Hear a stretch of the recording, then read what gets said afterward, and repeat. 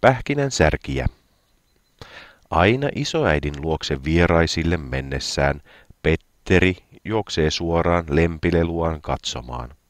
Se on kauniisti veistetty pähkinän särkiä.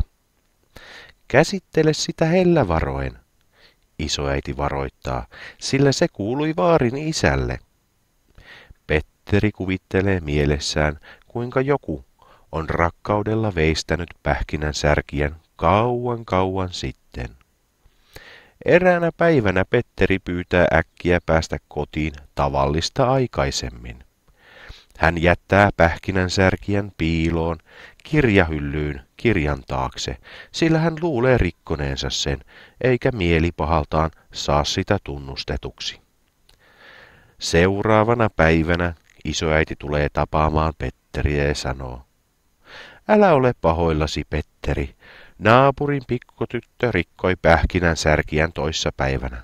On parasta aina tunnustaa heti, kun luulee tehneensä tyhmyyksiä."